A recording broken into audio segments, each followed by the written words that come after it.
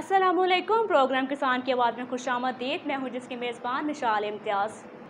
नाज़रीन, मौसम बदल चुका है, गर्मी की शिद्दत में इजाफ़ा हो चुका है और अक्सर औक़ात हम देखते हैं गर्मी के मौसम में हम बीमार हो जाते हैं और जून, जुलाई, अगस्त के महीनों में लू चलती है।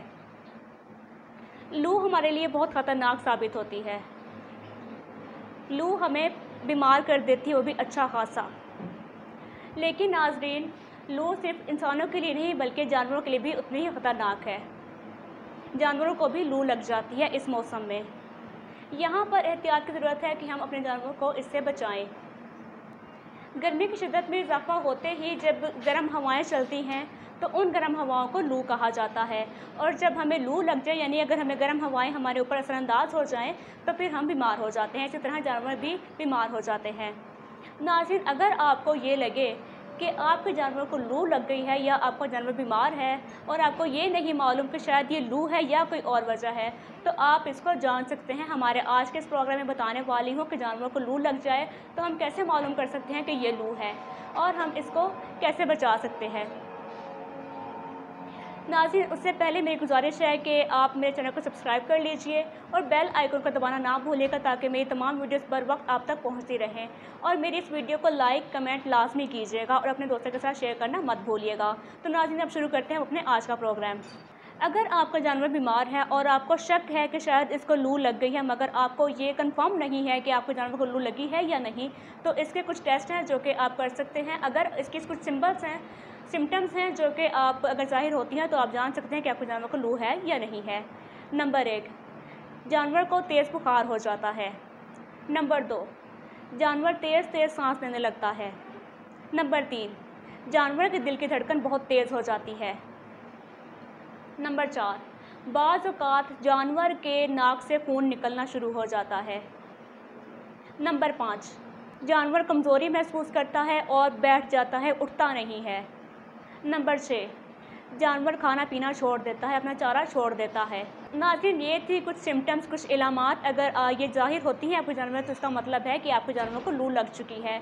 अब यहाँ पर हम ज़रा देख लेते हैं कि जब लू लग जाती है तो इसके क्या नुकसानात हो सकते हैं। नाज़रीन, लू लगने के बहुत ख़तरनाक नुकसानात हैं। इसमें खुदा न खास्ता आपके जानवर की मौत भी लाहक हो सकती है अगर आप इसका बर वक्त इलाज नहीं करेंगे तो।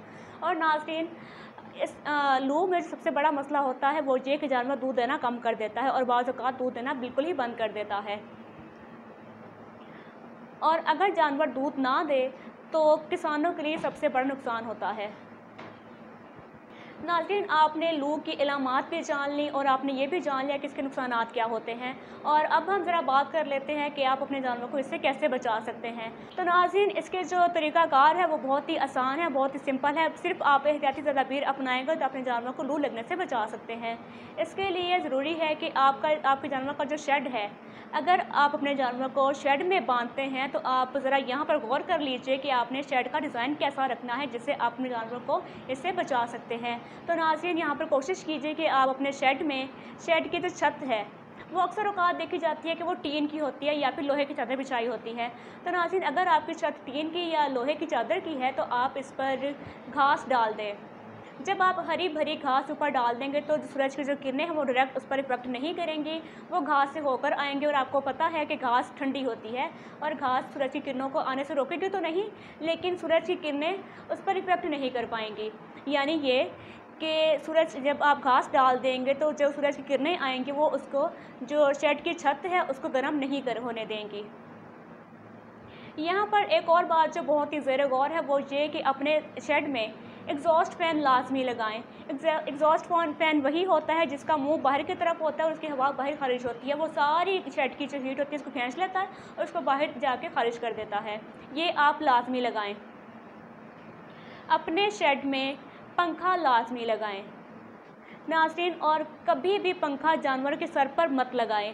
पंखा हमेशा साइड पर लगाएं, एक कोने में लगाएं, क्योंकि गर्मी के मौसम में जो हवा होती है पंखे की वो बहुत गर्म हो जाती है शेड में ख़ास तौर पर।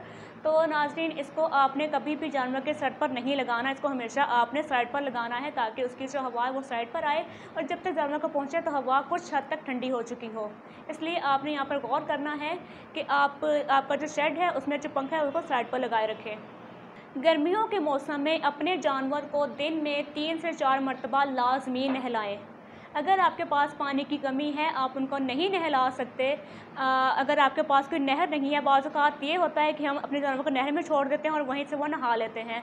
अगर आपके करीब कोई नहर नहीं है, आपके पास पानी की कमी भी है, तो आप कम से कम दिन में 5 से 6 मरतबा ठंडा पानी बर्फ़ वाला पानी नहीं, बहुत नॉर्मल पानी हो, उसको आप अपने जानवर के सर पर लाजमी बहाएं, ताकि उसका जो सर है, दिमाग है, वो ठंडा रहे। मेक श्योर ये बात लाजिम है कि आप अपने जानवर के आगे पानी दिन भर रखें। जानवर को पानी की प्यास जब भी महसूस होगी तो वो पानी उसको पी लेगा, अगर उसके पास पानी मौजूद होगा। अगर आप पूरा दिन उसको पानी नहीं दे सकते, अगर आप ये अफोर्ड नहीं कर सकते कि आपके पास पानी की कमी है, तो आप इतनी कोशिश करें कि आप दिन में कम से कम 4 मरतबा उसके आगे पानी की बाल्टी लाजमी रखें, ताकि वो दिन में 4-5 मरतबा पानी लाजमी पिए। लेकिन बेहतर है कि आप पानी कभी ख़त्म ना होने दें, उसके आगे पानी पड़ा रहने दें, ताकि वो जब भी ज़रूरत महसूस करे, गर्मी लगे उसको या उसे प्यास लगे, तो पानी फ़ौरन पी सके। तो ये कुछ ऐसे तरीके हैं जिससे आप इनको जानवरों को हीट स्ट्रोक से बचा सकते हैं। तो नाज़रीन, लो यानी हीट स्ट्रोक गर्मियों में बहुत ज़्यादा फैल जाता है, इसलिए कोशिश करें कि अपने जानवरों को इससे बचा सकें। तो नाज़रीन, ये थे आज के प्रोग्राम की कुछ ज़रूरी बातें जो मैंने आपके साथ शेयर की हैं। आप इन पर अमल लाजमी कीजिएगा और मेरी इस वीडियो को लाइक कीजिएगा, कमेंट कीजिएगा और चैनल को सब्सक्राइब करना मत भूलिएगा और बेल आइकन को लाजमी दबा दें, ताकि मेरी तमाम वीडियोस बर वक्त आप तक पहुंचती रहे। इसी के साथ अब वक्त है कि आपसे विदा ली जाए। इस उम्मीद के साथ अपना बहुत ख्याल रखें, खुश रहें, खुश रखें। अल्लाह निगहबान।